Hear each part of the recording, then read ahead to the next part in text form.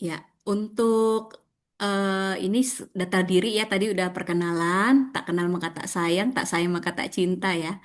Lalu setelah perkenalan diri kita perkenalan untuk unit organisasinya. Next. Ya.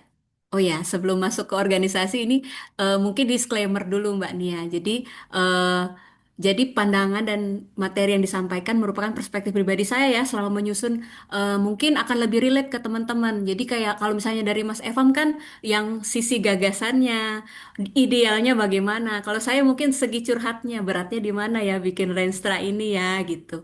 Yang lebih lebih relate mungkin ya untuk teman-teman yang mungkin sama sedang akan muncul. Mungkin menyusunnya nanti 5 tahun lagi Mbak Nia. Ini kita sharing karena masih hot-hotnya ini.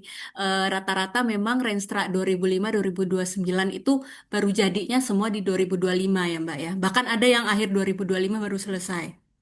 Seperti itu. Jadi bukan mewakili apa pandangan oh Kementerian Kehutanan harusnya gini enggak. Jadi ini benar-benar perspektif pribadi saya yang kayak saya sharing dan saya bikin saripatinya lah oh kayak gini nih. Next time mungkin baiknya begini gitu. Intinya tadi sudah sempat disinggung Mas Eva, penjabaran operasional dari Renstra Kementerian Lembaga. Jadi enak sebenarnya ya jadi eselon 1.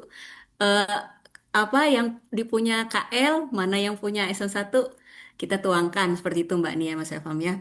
Apa saja sama. Jadi selain tadi kan cerita visi misi dicapai dengan tujuan, sasaran, apa yang mau disosor ya Mas Evam, terus strateginya seperti apa, program, kegiatan serta indikator kinerja. Sebenarnya ini semuanya sudah given ya, karena memang dari sananya kita itu mengacu. Jadi benar-benar kita itu disiapkan koridor sebenarnya dari RPJMN hingga ke Renstra kita. Next, bisa kelihatan di sini ya. Jadi kalau ini sebenarnya nggak ada di undang-undang manapun. Ini kesimpulan saya setelah menyusun Renstra. Jadi Renstra intinya itu dokumen yang tidak bisa dipisahkan dari Renstra KL. Jadi dia semacam anaknya Renstra KL ya, turunan langsung gitu. Yang harus konsisten secara cascading dengan sasaran strategis KL. Lalu ini menjadi dasar penjajian kinerja, rencana kerja tahunan serta dokumen penganggarannya dan fokus kepada mandat dan kontribusi unit terhadap kinerja kementerian lembaga. Jadi intinya benar tadi kata Mas Evam. Jadi kita benar-benar menurunkan apa yang ada di Renstra KL seperti itu. Nah, next ini yang tadi saya singgung sedikit. Jadi setelah ada RPJMN yang ditetapkan dengan Perpres, lalu ada Renstra KL yang ditetapkan dengan Peraturan Menteri.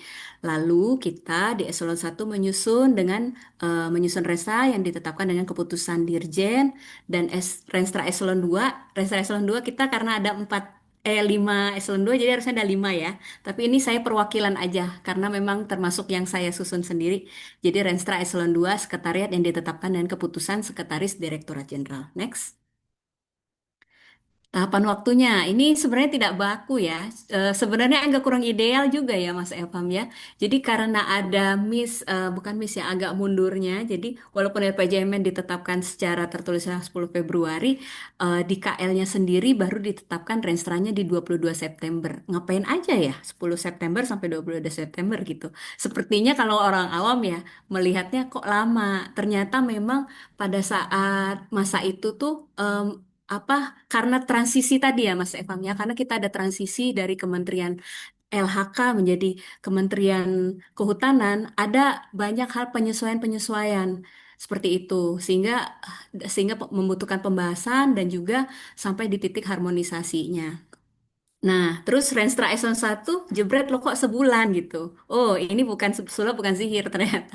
Karena memang kita punya susunannya secara apa paralel ya. Jadi ketika Renstra KL bergulir, kita juga siap-siap nih. Karena kita kan sudah dapat kisi-kisi cascadingnya. Jadi pada saat gongnya keluar, Renstra KL sudah ditetapkan, baru kita berani ibaratnya merilis lah Renstra Eselon 1-nya. Lalu Renstra Eselon 2 juga tidak lama juga kita tetapkan. Next, lanjut. Nah, Terus apa yang beda nih dari Renstra strategi penyusunan dibandingkan dengan periode sebelumnya? Di periode sebelumnya, Renstra disusun dengan melibatkan struktural, Mas Eva, Mbak Nia, dan teman-teman. Lalu ada arahan nih dari atasan kami, bagaimana kalau kita memfungsikan para pejabat-pejabat fungsional, khususnya perencana. Jadi dibentuklah sama keputusan Dirjen kami di nomor 7 tahun 2025 tentang pembentukan tim penyusunan rencana strategis yang berisi pejabat fungsional. Jadi pejabat fungsional mulai dari yang utama sampai yang pertama kita libatkan kurang lebih untuk satu Renstra Dijen kita melibatkan sekitar 40 anggota ya Mas Evam ya termasuk ketuanya dan untuk membantu. Jadi agar teman-teman itu paham karena memang teman-teman teknis ya yang paham apa sih yang mau dicapai gitu. Jadi kita mengundang mereka untuk men-brainstorming, berperan aktif gitu dalam Renstra ini supaya Renstra ini tidak hanya menjadi dokumen asal ada dokumen gitu. Tapi kalau bisa memang apa yang mereka kerjakan kita padukan dengan amanat dari eh, apa instansi di atas lalu kita ramu gitu ke dalam satu dokumen Renstra. Itu kepengennya ya, namanya niat kan harus baik, harus keren, harus bombastis dulu ya Mas Evam ya.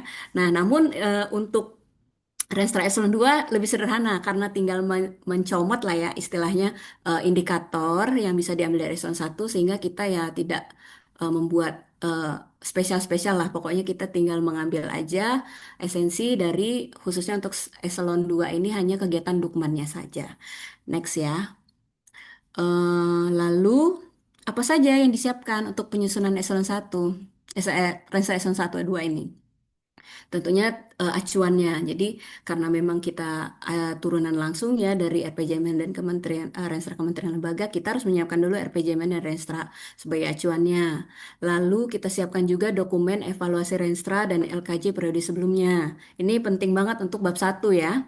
Lalu kita juga harus mengetahui dokumen regulasi dan kebijakan terbaru untuk membantu kita menulis di bab satu dan bab 2-nya juga ya itu. Lalu dokumen penganggaran untuk proyeksi karena di Renstra juga kita menetapkan anggaran, proyeksi anggaran saja sih karena kadang em, untuk yang tercantum di Renja dan Dipa di tahun bersangkutan juga masih melihat juga keadaan keuangan negara pada saat tahun yang bersangkutan. Jadi intinya kita siapkan dulu saja seperti itu. Dan kita juga tentunya harus menyiapkan data teknis dan analisis SWOT dan pestelnya apa ya. Ini yang ngerti banget ini teman-teman CCG kita terbantu banyak karena eh, ini ya jujur aja karena memang teman-teman dengan kesibukan dengan tusinya masing-masing yang tidak kalah sibuk. Jadi kita sangat terbantu dengan adanya pendampingan dari teman-teman Koknus ini untuk meramu meramu gitu. Ide-ide kita brainstorming kita, masalah kita untuk diramu ke dalam analisis SWOT-nya seperti itu. Next.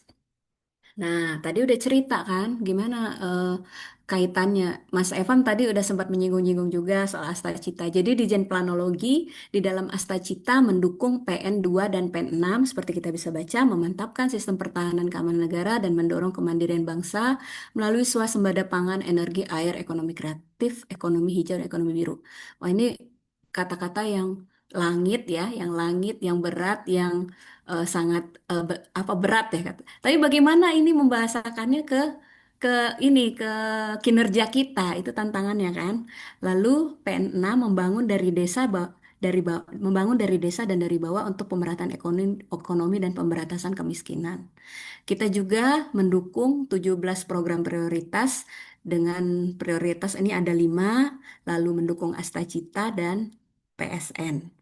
Ketahanan pangan melalui perhutanan berbasis masyarakat. Tapi kan ini tidak implisit ada muncul planologi di mana ya peran planologi di sini gitu. Disitulah kita meramunya melalui Renstra unit kita. Next.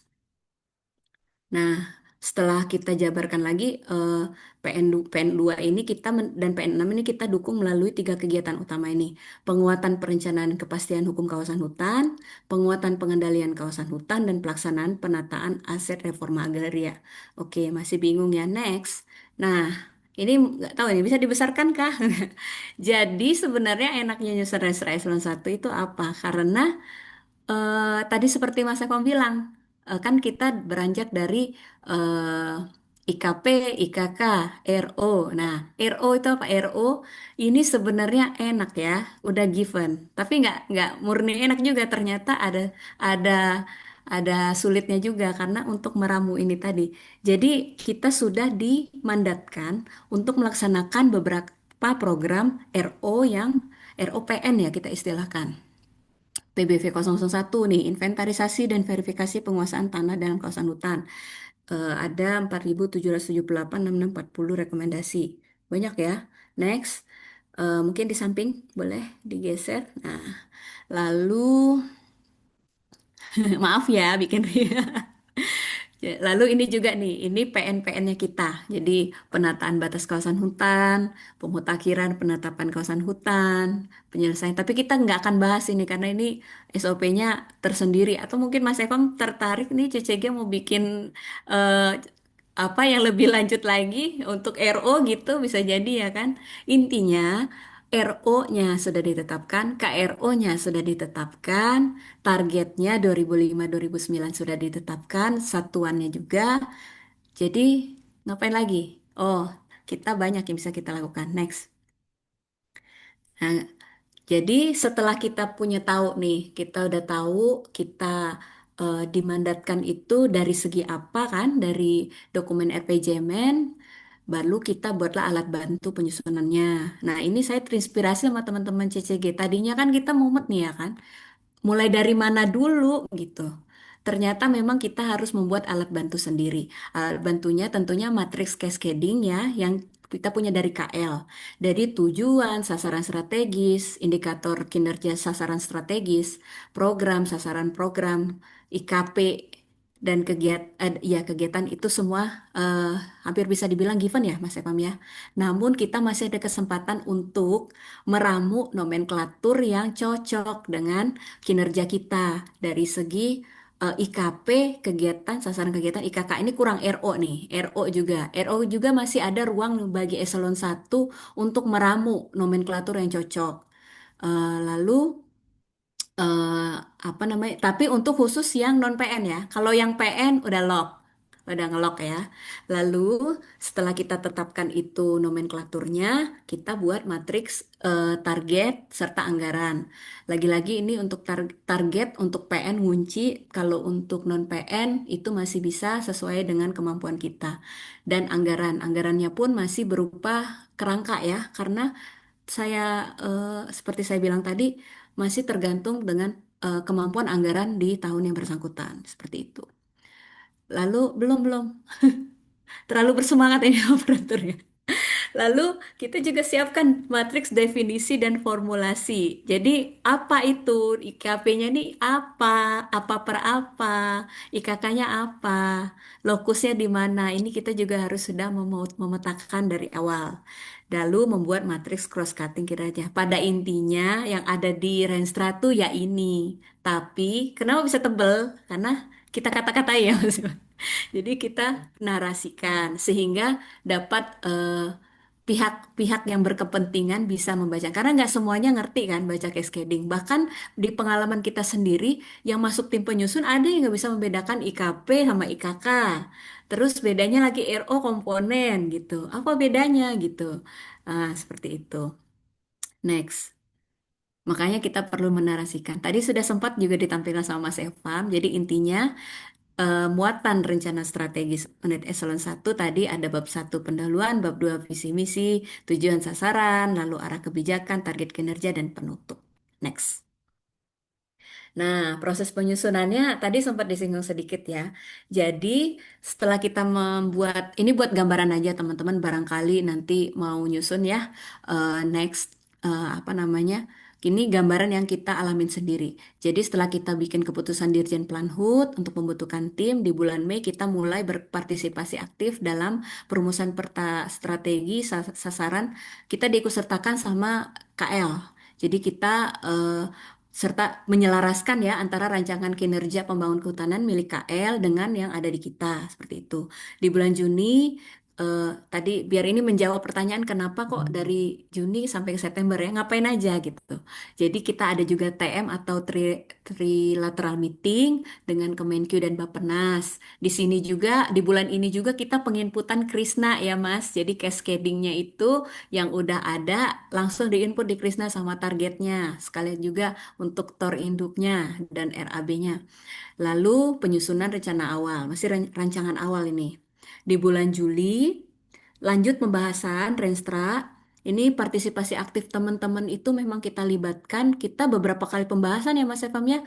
Ada yang pembahasan langsung ke khusus untuk kegiatan tertentu, ada yang eh, kita undang semua gitu ya kan. Lalu kita di sini menyusun pohon kinerja, prospekting kinerja, serta memberikan masukan resmi eselon 1. Di bulan Juli ini rancangan kementerian, ransel kementerian udah di tahap rancangannya udah jadi ya, tinggal harmonisasi. Nah, di tengah itu muncullah perpres ini lucunya di sini kan. Jadi lucunya di sini, perpres tentang penyusunan rensanya ditetapkannya di tengah ini. Jadi yang kita tunggu-tunggu itu. Jadi sebelum perpres ini muncul, kita masih berpegangan ke peraturan menteri itu ya Mas Evam ya. Atau juga bisa pakai masih-masih mengacu Juknis Renstra periode sebelumnya. Walaupun memang belum relevan ya, tapi kan karena belum ada acuan sama sekali ya kita bikin ancar-ancarnya di situ. Alhamdulillah 22 September 2025 Renstra KL ditetapkan. Lalu Oktober kita langsung kita geber nih. Kita kumpulin teman-teman balai dan teman-teman direktorat, kita bimtekan langsung, kita sosialisasikan Renstra Eselon 1, kita bimtekan juga bagaimana cara teman-teman menyusun. Karena memang kita tidak ada juknisnya ya Mas ya. Kita tidak kayaknya nggak keburu ya untuk membuat juknis lagi gitu. Dan di bulan November Renstra Eselon 2-nya ditetapkan. Next, panjang ya prosesnya nih. Next. Nah, tantangannya nih. Jadi setelah kita tadi menyusun tantangannya eh, apa saja. Jadi karena memang dia turunan langsung dari RPJMN itu kita ada ruang untuk penyesuaian terhadap dinamika organisasi itu sebenarnya agak sempit ya. Namun kita juga harus tetap relevan dan menjaga kepatuhan normatif terhadap RPJMN. Jadi disitulah tantangannya gitu. Dan juga tantangan kita juga sebagai kalau di sekretariat kita fasilitator untuk sekretariatnya. Kadang Mbak ini kok ini ya segini ya targetnya kegedean ini nggak mampu gitu. Ya bagaimana itu semua sudah diamatkan di RPJMN seperti itu ya. Tapi ya sudah akhirnya nih pada saat kemarin alhamdulillah tahun ini kita dapat karena Dirjen Planning Kehutanan kan termasuk penghasil PNBP ya Mbak Dia, Mas Eva. Jadi kita menghasil PNBP sebenarnya PNBP yang sebenarnya agak kontradiktif dengan kinerja kehutanan eh, tentang apa PKH ya, penggunaan kawasan hutan. Nah, namun kita prestasi kita itu bisa menertibkan, aduh apa belibet, menertibkan seperti itu sehingga kita memiliki anggaran tambahan. Jadi yang target yang tadinya wah Mbak gede ya, ternyata bisa kalau ada dananya seperti itu. Lalu ada juga keterbatasan pengambilan putusan. Ternyata ada plus minusnya juga karena kalau anggotanya semuanya fungsional full. Karena ada keterbatasan, misalnya nih saat kita membutuhkan ini nomenklaturnya udah fix belum gitu. Sedangkan kan waktu untuk kadang Krisnanya ngelok udah di tanggal sekian gitu. Teman-teman tuh kadang menjadi dilema karena harus nunggu arahan pimpinan dulu gitu. Sedangkan tenggat waktu penyusunan ini terbatas. Di situ tantangannya. Bagaimana kita mengambil jalan tengah supaya memang kita mengambil keputusan cepat namun juga tetap tepat ya Mas Evam ya. Nah, lanjut juga karena keterbatasan kualitas dan konsistensi database lain ini karena kita karena nyusunnya cuma 5 tahun sekali, jadi setiap nyusun kayak awam lagi gitu. Padahal ini memang dikerjakan sehari-hari. Jadi kadang-kadang memang kita belum seragam dalam definisi seperti itu. Karena itulah kita bikin formulasi dan definisinya kita bakukan ya seperti itu. Lalu kadang memang ada indikator yang belum memenuhi prinsip SMART. Specific, measurable, achievable, relevant, time bound. Kita maksimalkan nih supaya dia sesmart mungkin. Cuman ya memang ada indikator-indikator tertentu yang memang agak berat ya Mas Evam ya. Ya, itu next.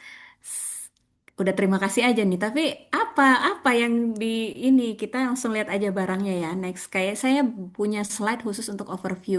Jadi tadi Mas Evam sudah me, apa menyampaikan eh, rambu-rambunya lah ya, aturannya seperti apa.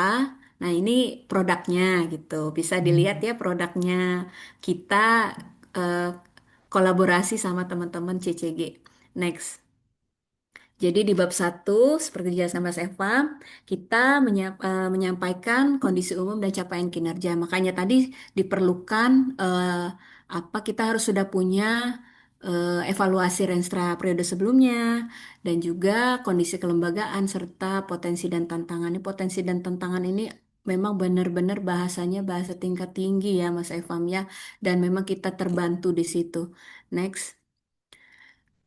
Nah, jadi sebelum kita ke bab 2, tadi saya mau ceritakan menunjukkan dulu. Tadi kan kita sudah melihat cascading dari RPJMN. Nah, si kementerian itu kan juga punya tujuan. Dia punya tujuan nih kalau saya ini tampilkan tujuannya ada 4. Ditjen Planologi mendukung di tujuan 1, 3, dan 4. Ini kalau diturunkan menjadi IKSS. IKSS kalau dulu sebutnya IKU ya, Indikator Kinerja Utama. Nah, di sini kita mendukung di penurunan laju deforestasi, terus juga pemanfaatan sumber daya hutan. Ini bisa dibaca ya teman-teman kalau memang tertarik. Kalau tujuan 4 lebih ke dukungan manajemen ya. Next. Lalu ini kita breakdown ke dari tujuan menjadi sasaran strategi, sasaran program. Jadi cascadingnya di sini. Sasaran program adalah apa sasaran dari yang bisa dilakukan oleh eselon 1 untuk mendukung kementerian. Jadi ter terciptalah kata-kata ini nih. Jadi dari sasaran strategis tingkat ini kerusakan bla bla bla ini pemantapan kawasan hutan yang legitimate dan berkelanjutan serta berdampak pada penurunan tingkat kerusakan hutan pada batas toleransi perikehidupan manusia dan keanekaragaman hayati. Jadi kita meriletkan kinerja kita yang yang biasa memang kita kerjakan dengan sasarannya milik kementerian seperti itu. Nah, dari sasaran program ini kita turunkan lagi menjadi sasaran kegiatan. Kita bisa lihat di sini ya, dari sasaran-sasaran ini semuanya harusnya apa Mas? Kata kerja aktif ya? Ya, Pemantapan kata atau apa kerja. Mas? Kata Kata kerja, kerja. aktivitas ya, kata kerjanya. Aktivitasnya. Ini clue aja teman-teman. Kalau misalnya bingung sasaran kegiatan apa Hmm. ya? Terusnya lebih baik mengingatnya kayak gitu nih kita. Jadi atasnya pemantapan. Jadi benar-benar kata kerja aktif. Lalu kita tunjukkan juga di tujuan 3 ya. Masih relate. Next ya. Jadi sama nih, jadi aktif masih kata kerja aktif. Jadi kita mereletkan sasaran program ini bertugas mereletkan kinerja kita dengan sasarannya punya kementerian seperti itu. Karena yang ada di tujuan dan sasaran strategis kan masih sangat umum gitu. Jadi kita mengecilkan lingkupnya itu di sasaran program. Lalu sasaran kegiatan di lingkup lebih kecil lagi. Next. Di tujuan 4, ini contohnya mungkin di teman-teman yang masing-masing kementerian punya ya, seperti penguatan internal kementerian berdampak pada birokrasi.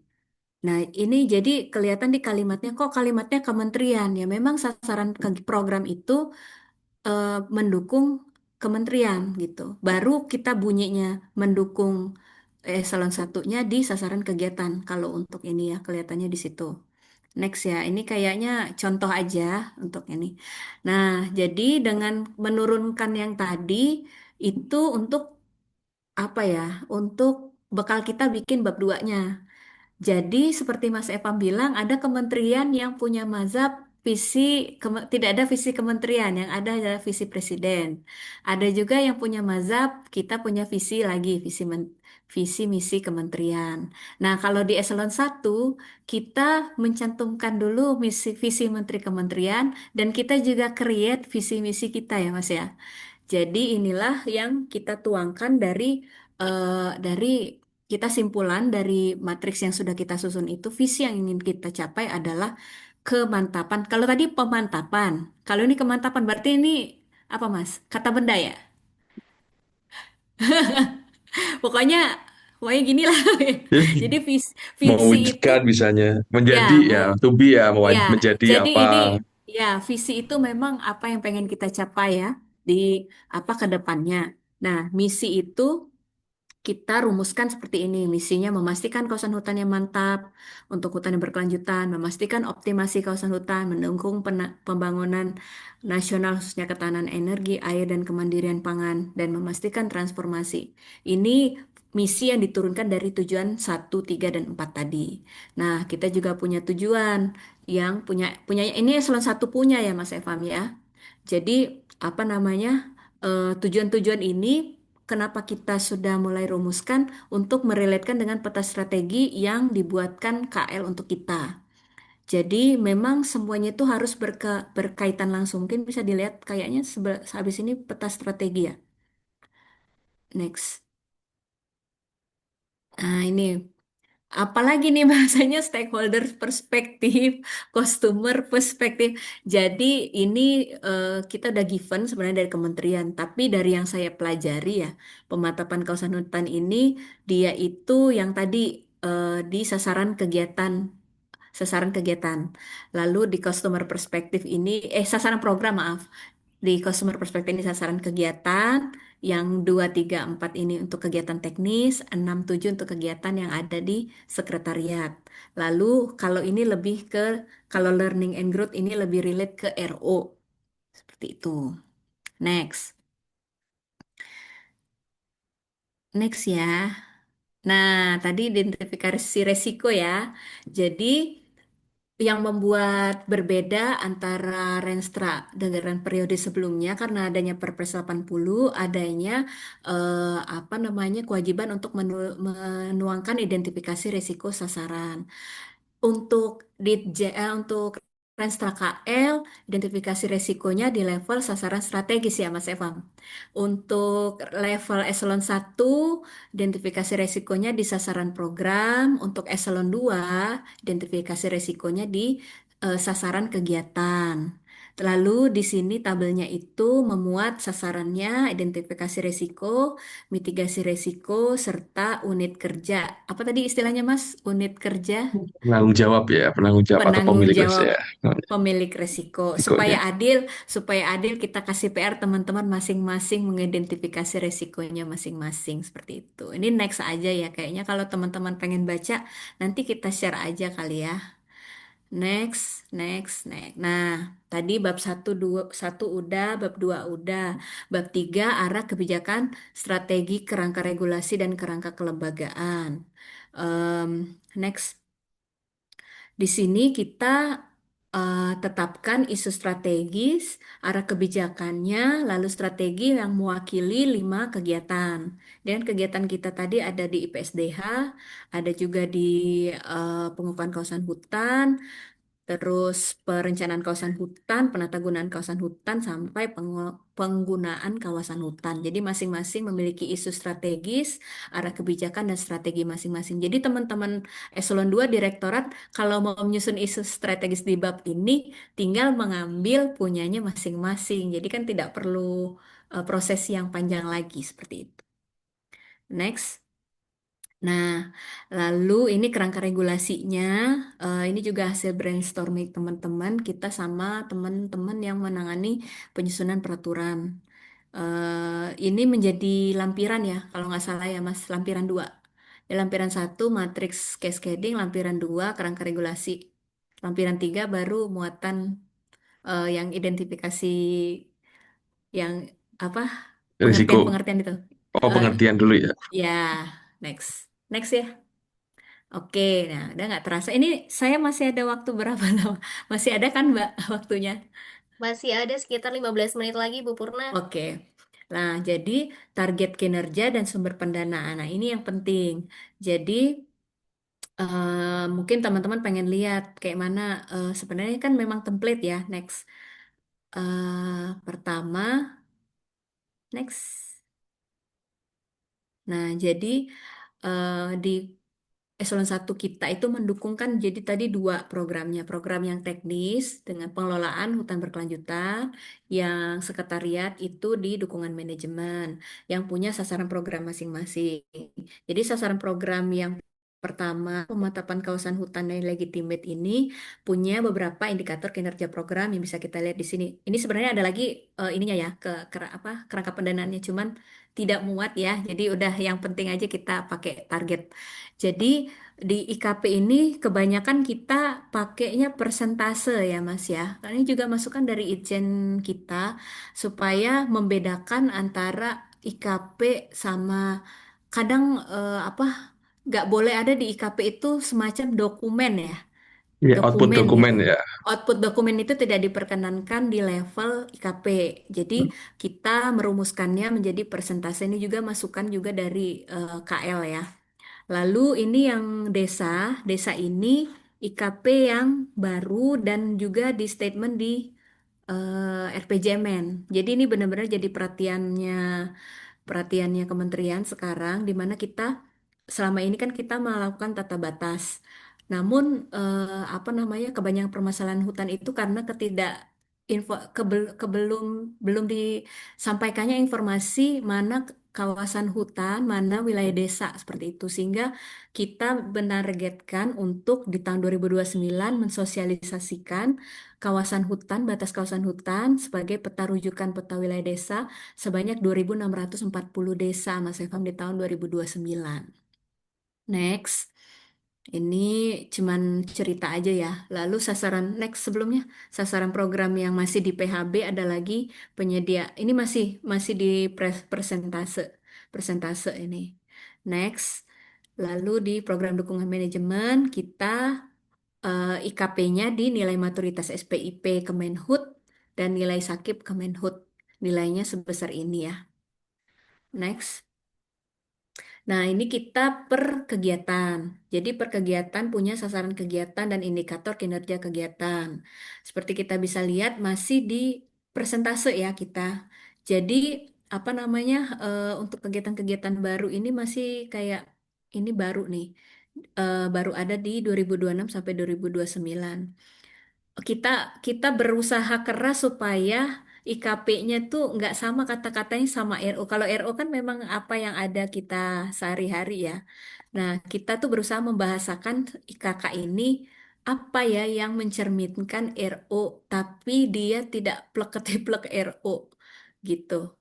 Nah, disinilah fungsi kita memiliki penyamaan persepsi di awal mengenai pengertian dari nomenklatur masing-masing ini supaya tidak saling tertukar seperti itu. Next ya, ini contoh saja. Nih kita masih pakai presentase rata-rata ya. Jadi kegiatan kita 5 ini kita apa namanya bahasakannya seperti ini. Next, oke, oke, next. Jadi kita punya 5 kegiatan ya. Next. Nah, ini yang dukungan manajemen yang mungkin relate sama teman-teman. Oke. Ya, next aja, next aja. Jadi di eselon satu kita memakai target sakit eh di kementerian untuk di IKP-nya. Namun di IKK kita pakai ini harusnya IKK nih, ini salah ketik. Jadi harusnya IKK itu baru kata-kata nilai sakit pada Ditjen Planologi Kehutanan. Ini kita pakai nilai maksimal ya, memang optimis ini pimpinannya pengennya optimis. Walaupun untuk di eselon 2-nya kita selain mencantumkan IKK-nya ini, kita juga minta teman-teman di eselon 2 dan eselon 3 mencantumkan nilai sakit yang menjadi target 2005 sampai 2029. Bisa lebih rendah, bisa berbeda karena memang penilaian maturitas SPIP-nya tuh parsial masing-masing gitu loh Mas. Jadi masing-masing punya nilai sendiri-sendiri seperti itu. Begitu juga dengan SPIP ya. Next. Nah, berarti kan kita udah melangkah jauh. Jadi intinya inti dari Renstra itu matriks eh, matriks cascading. Nah, kalau ini Sebenarnya beda penyajian aja. Dia itu seperti cascading namun tidak ada targetnya. Dia menunjukkan hubungan dari IKSS, ya Mas ya, ke IKP, ke IKK, ke RO. Benar nggak Mas? Betul Seperti Ibu. itu. Jadi ini dari kita membuat 3 poin kinerja mewakili sasaran strategis yang kita dukung. Tadi kan kita dukung sasaran strategis dan yang pertama, yang tadi penurunan laju dari deforestasi. Dukungan kita melalui IKP apa aja? Ini, lalu IKK-nya di yang taktikal, lalu RO baru di operasional. Itu. Ini kecil ya. Nanti teman-teman kalau punya filenya bisa dipelajari mungkin. Next. Sasaran strategis 3 ini untuk yang Dukman tadi. Next. Bukan ya. Yang 4, sorry. Nah, di sini ya. Next. Nah, jadi eh ada tambahan. Jadi pada pada Renstra Kementerian ada lampiran manual pengukuran indikator kinerja. Mereka membuatnya dalam level IKSS. Di apa di bagian ini mereka me- mendefinisikan definisi operasional batasan pengukuran, konteks, dasar pengukurannya, sumber data, penanggung jawab atau koordinator pelaksananya, metode pengumpulan data dan target. eh, untuk di level eselon 2, Renstra eselon 1, sorry, kita membuatnya di level IKP. Untuk di Renstra eselon 2, kita membuatnya di level IKK. Nah, kenapa ini krusial? Karena kan Renstra ini dipakai 2025 sampai 2029, ada rentangnya 5 tahun. Kita tidak pernah tahu yang akan ada di situ karena dinamika organisasi gitu. Dengan adanya kita bakukan di sini, siapapun peran yang berperan di instansi itu, mudah-mudahan ini jadi pegangan gitu. Kadang memang eh, contohnya nih Mbak, kita lagi rapat, terus kita membahas satu kegiatan atau satu indikator tertentu gitu. Misal yang datang dari ini timnya ini si A gitu. Nanti si B datang beda lagi pendapatnya gitu. Makanya kita perlu bakukan itu di sini. Itu baru satu ini ya Mbak, satu direktorat gitu. Ini supaya indikator kinerja ini dipahami secara mudah-mudahan ya dipahami kayak presentasi-presentasi apa per apanya itu harus langsung dibakukan di sini supaya pemahamannya seragam antara kita di S1, teman-teman direktorat maupun teman-teman di UPT seperti itu. Karena teman-teman UPT juga mengacu ke Renstra S1 dalam menyusun Renstra mereka masing-masing. Seperti itu. Mudah-mudahan kayaknya ini habis ya bahan. Oke. Oh ya, di sini sudah ada pertanyaan kita bacakan melalui kolom chat terlebih dahulu ya. Ini pertanyaan dari Lamaka dari Direktorat Ketenagalistrikan Kementerian SDM. Izin mengajukan pertanyaan Bapak Ibu. Yang pertama, dalam praktiknya bagaimana sih best praktiknya untuk memastikan cascading dari RPJMN atau Renstra di tingkat kementerian atau lembaga sampai dengan Renstra Eselon 1, Renstra Eselon 2. Tidak hanya copy paste. Nah, khawatir banyak sekali ditemukan copy paste ya, copy paste indikator. Tetapi bagaimana hal itu tuh benar-benar mencerminkan kontribusi substantif dari masing-masing unit. Nah, ini menjadi penting nih. Kemudian pertanyaan kedua Pak Evam dan juga Bu Purna, apakah penyusunan Renstra eselon 1 dan 2 ini lebih banyak dipengaruhi oleh analisis kebutuhan strategis atau justru boleh dilakukan untuk secara struktur organisasi yang sudah ada. Ya, dua pertanyaan. Kayaknya banyak nih pertanyaannya ya, saking excitednya. Pertanyaan yang ketiga adalah bagaimana soal pengukuran lintas unit nih. Bagaimana kira-kira menangani indikator yang outcome-nya ini dipengaruhi lebih dari satu eselon ya, agar tidak terjadi klaim kinerja ganda atau saling lempar tanggung jawab. Nah, pertanyaan yang ketiga ini pertanyaan bombastis dan memang sering terjadi ya di tingkat kementerian atau lembaga dan kadang sering dapat memicu konflik ya, konflik gemes ya gitu Bu Purna dan juga Pak Evam. Nah, kira-kira siapa yang akan mau jawab duluan nih? Bu Purna atau Pak Evam dipersilakan. Baik, izinkan saya, nanti mungkin saya bisa jawab satu persatu, nanti bisa ditambahkan oleh Bu Purna ya, untuk pengalaman best practice-nya di Kemenhub seperti apa, terutama di Dirjen Planologinya. Oke, dari Mbak atau Mas Lamaka ya ini ya dari Dijen Gatrik ya. Terima kasih banyak pertanyaannya. Sungguh sangat menarik tiga pertanyaan ini. Yang ketiga juga bombastis sekali. Yang pertama dalam praktiknya itu bagaimana best practice untuk memastikan cascading ini ya. Seperti halnya yang tadi disampaikan dalam sharing Bu Purna, idealnya memang harus ada alat bantunya. Alat bantunya ini adalah kita bisa menggunakan pohon kinerja untuk memetakan dulu cascadingnya bagaimana dari RP sorry kalau dari pohon kinerja itu kita bisa dari sasaran strategi sampai ke level paling bawah. Namun selain dari pohon kinerja kita juga ada alat bantu Excel ya, misalnya dalam bentuk Excel itu data bagaimana kita mengcascadingkan, terutama dari RPJMN-nya apa saja. Misalkan seperti tadi ada tanggung jawab di level RO maupun propinya maupun ke KP-nya dan yang lainnya.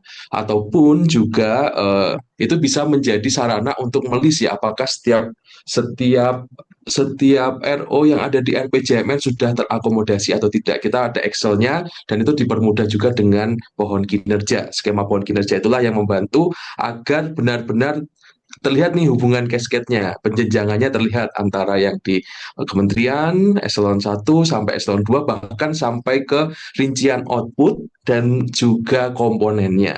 Sebenarnya yang paling bawah itu adalah yang di-share oleh Bu Purna itu adalah kurang lebih adalah komponen, cara untuk menghasilkan outputnya bagaimana barang dan jasa. Itu yang pertama. Yang kedua, apakah dalam praktiknya ya, sorry, kedua, apakah penyusunan Renstra eselon 1 dan eselon 2 lebih banyak dipengaruhi analisis kebutuhan strategis oleh struktur organisasi yang ada? Sebenarnya tidak saling meniadakan satu sama lain ya, menurut hemat saya. Nanti ini semuanya dipengaruhi.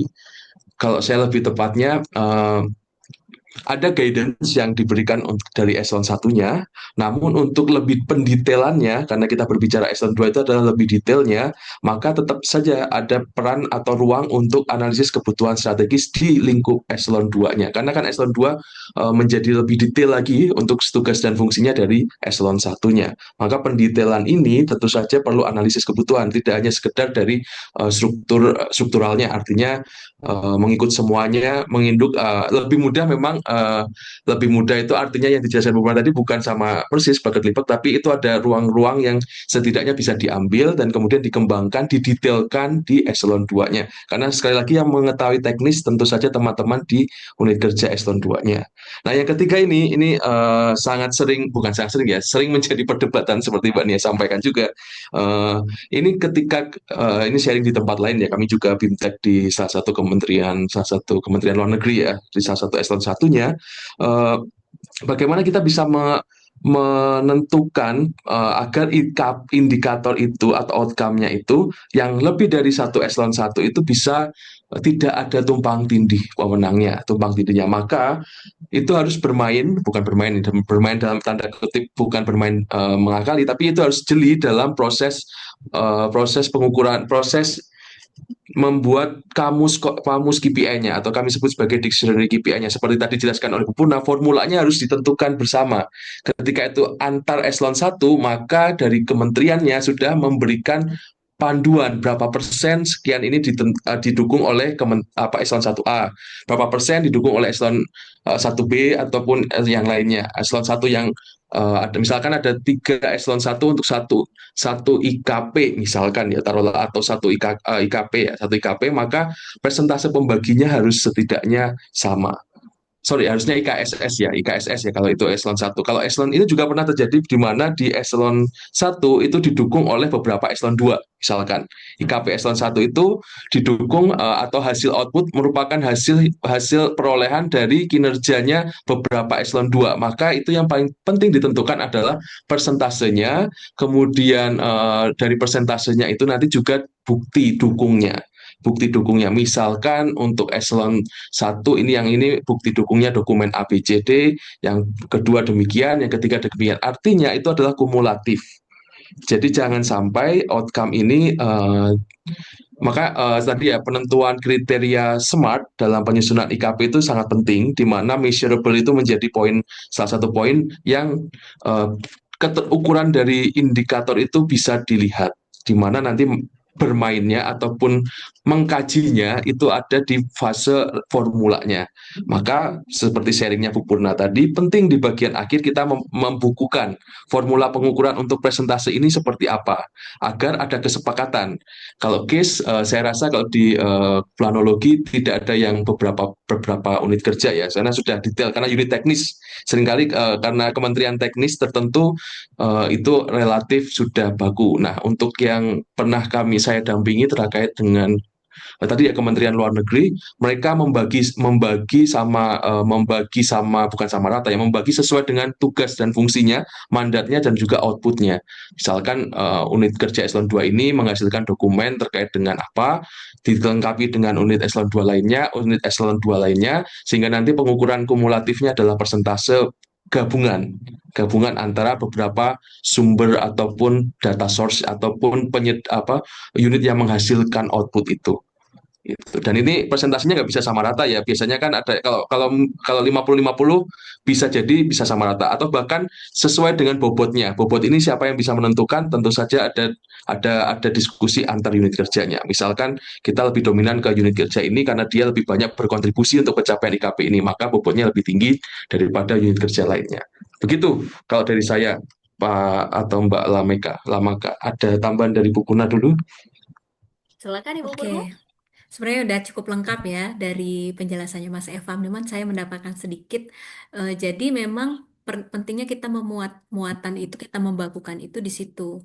Eh, dan yang paling penting itu siapa penanggung jawabnya. Jadi dia mengkoordinir ketika adanya evaluasi atau sebagainya. Jadi kita sempat ya ada rapat sehari ya Mas Evam ya, Iya. khusus untuk menetapkan siapa penanggung jawab per IKK, bahkan seperti sedetail itu ya. Jadi ada satu IKK yang memang memiliki keterkaitan antara beberapa RO di beberapa kegiatan. Oh iya, oh Jadi iya.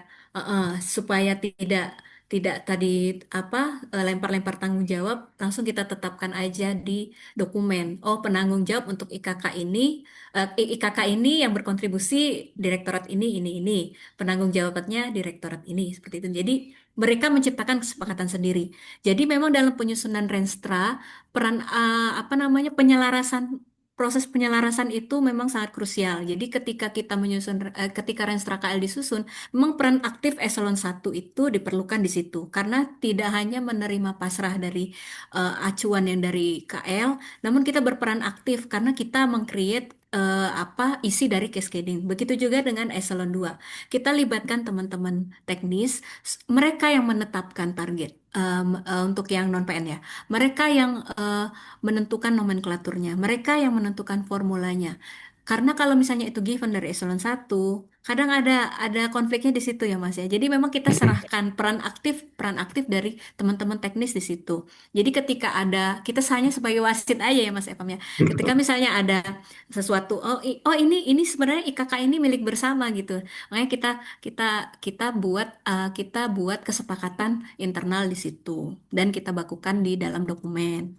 Seperti itu. Mudah-mudahan ini ya menjawab. Oke, baik terima kasih Pak Evam dan juga Ibu Purna yang sudah menjawab. Bagaimana ada tanggapan?